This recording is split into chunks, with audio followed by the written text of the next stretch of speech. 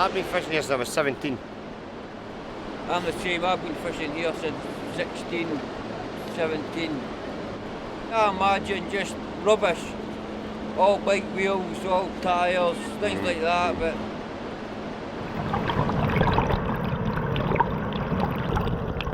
it was absolutely brilliant and a good experience. Definitely, aye. You're not going to get to see it. We'll never see that again unless they're back again, will we? No, but it was enjoyable. Oh, exactly, it was very appreciated. That's brilliant. Yeah, I like that. I say I could stay all day. There's something down there that is definitely worm-like, but I'm not sure exactly what it is, about an inch long.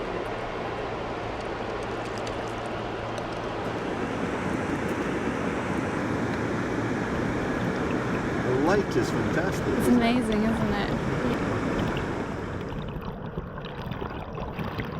We've just spent the morning and the afternoon nymph scoping, which is all to do with looking into the river and exploring the bottom of the river. Public art can often have a place in kind of inserting a different way of thinking into conversation or into people's minds a bit. So in terms of the river, perhaps thinking about its future, and same in terms of the town and what's kind of happening here. Even having spent 4 months researching it, I've learned another few things today that I never knew about the river and heard stories I never knew, and then the next people I've spoken to, I've shared some of those just through conversation. And so I think that's sort of one of the bits I really love about it, is that it facilitates that sort of dialogue.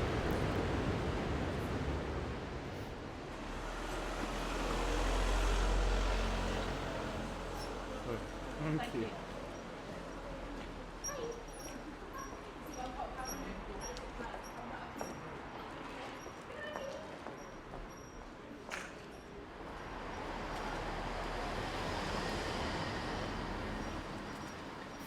This is an old stationer's shop that when I first came to the stove and it was still at the interview stages, I walked past it, I parked my car and I walked past it, and because I was a designer, graphic designer before I was an artist, I got excited just looking in at the old stationer's shop.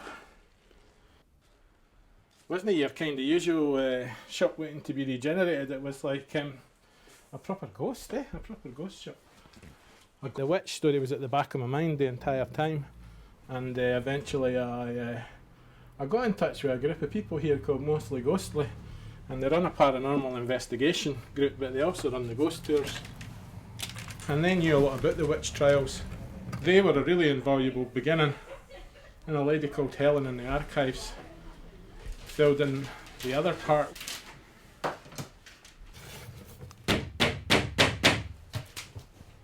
One of them died by her own hand in prison, and the other 9 were burnt at the stake, strangled first, then burnt at the stake as witches on the White Sands.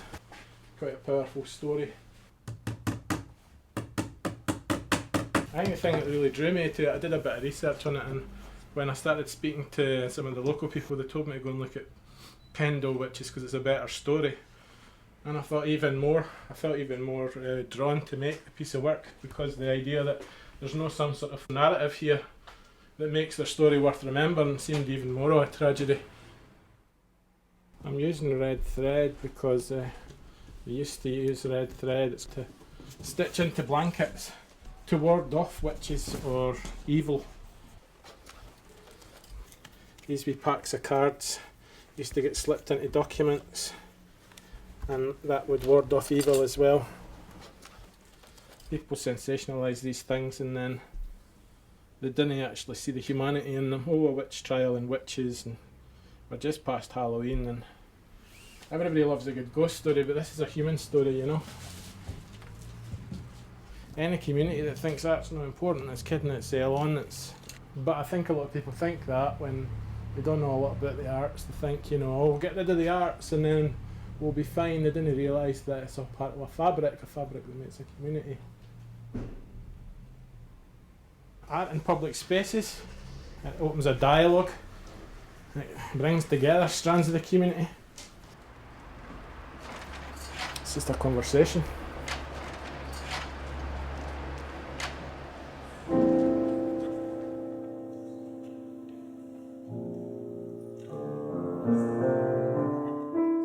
The piece we're presenting here tonight is called Tide Marks.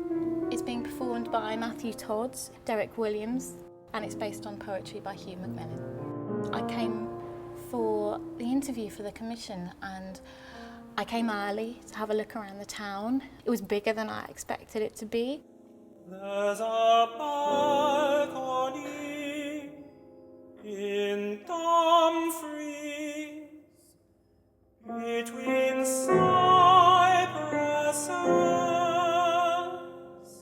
So I walked around, a little bit confused, and then I found the river. I didn't know where I was walking, and I ended up by the riverbank and ate some food and had a drink, and the sun shone and I felt better. And then I understood that perhaps a way for me to write something that felt comfortable, it needed to be about the river.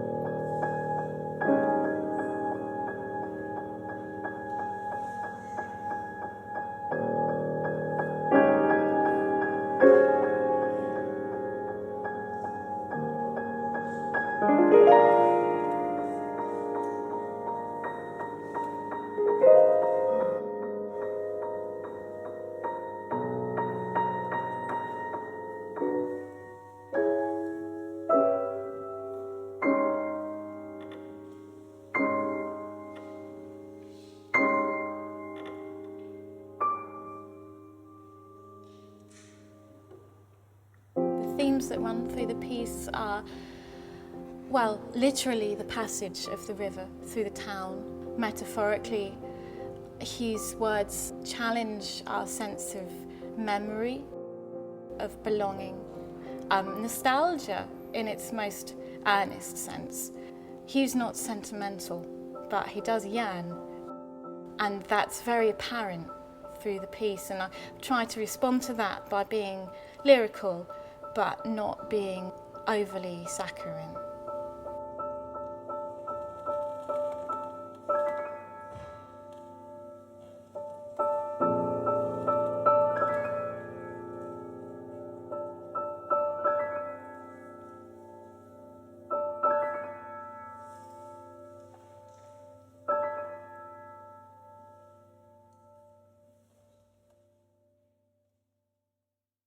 Lee is a very energetic man. He does a lot for people in Dumfries, especially the young people in Dumfries. He runs a film club for young people in the area. So he came along and said he wanted a Savile Row suit, but with a difference. I'm Lee Van Wakeling, I'm part of Scene One Take One, and I'm wearing my denim jacket that was made by the lovely Lisa for part of the Stoves commission of 10 garments in Dumfries and Galloway for people inspired by Dumfries and Galloway. The jacket lining basically has, I think it's maybe about 50 or 60 photographs that were all taken by young people from the area, and some amazing stuff. They're either from the Scene One Take One, the youth club, or I asked the kids to express future in photos. And there's a Lego one, it's fantastic. If you look at the Lego one, it's just a simple image, but you've got the one block in focus and the rest is blurry. And if that doesn't symbolise isolation and marginalisation, I don't know what does. Evelyn is a local artist. I had a look at some of Evelyn's drawings, and one of them was of the Rosefield Mills building across the water, like over the other side of the Nith. And then sort of separate from that, she told me that she'd always wanted a tweed coat. We both discovered together that that building used to be a tweed mill. At one time it was the biggest tweed mill in Britain. Evelyn decided that she wanted to embellish it along the bottom and around the collar, and she's used her drawings of that building, Rosefield Mills, as inspiration for that. So it kind of, in its own way, it's reuniting that building with its original function. I mean, I've worked with 10 people, and Dumfries is kind of going through a bit of a tough time at the moment, so it's been really interesting to see the time through their eyes, because obviously I've got my own feelings about the place, but I kind of wanted to open it out and see how they felt about the place, like how they would measure like their sense of belonging to Dumfries or not belonging to Dumfries. And just to be able to have those discussions, like I think that's kind of one of the things that art can do, one of the things that's really important that art can do. Just create opportunities for debate and discussion and celebration, and also just basically giving people a voice.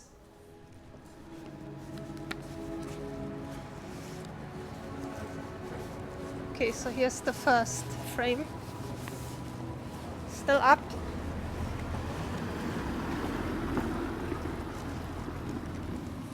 See, and if you look through here, you can see it's a spelling of the sign there.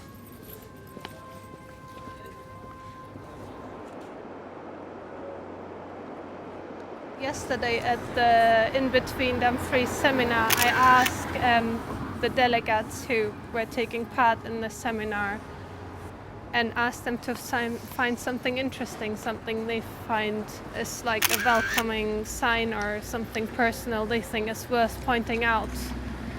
And I also did this project just to get the people who are coming and visiting and taking part in the seminar to get out into Dumfries and just have a closer look and see what they think about Dumfries. And on the other hand, also leaving those frames behind so that the people who live here actually come and maybe also see their own town from a different point of view. Yeah, only from this angle I can see the stairways to heaven.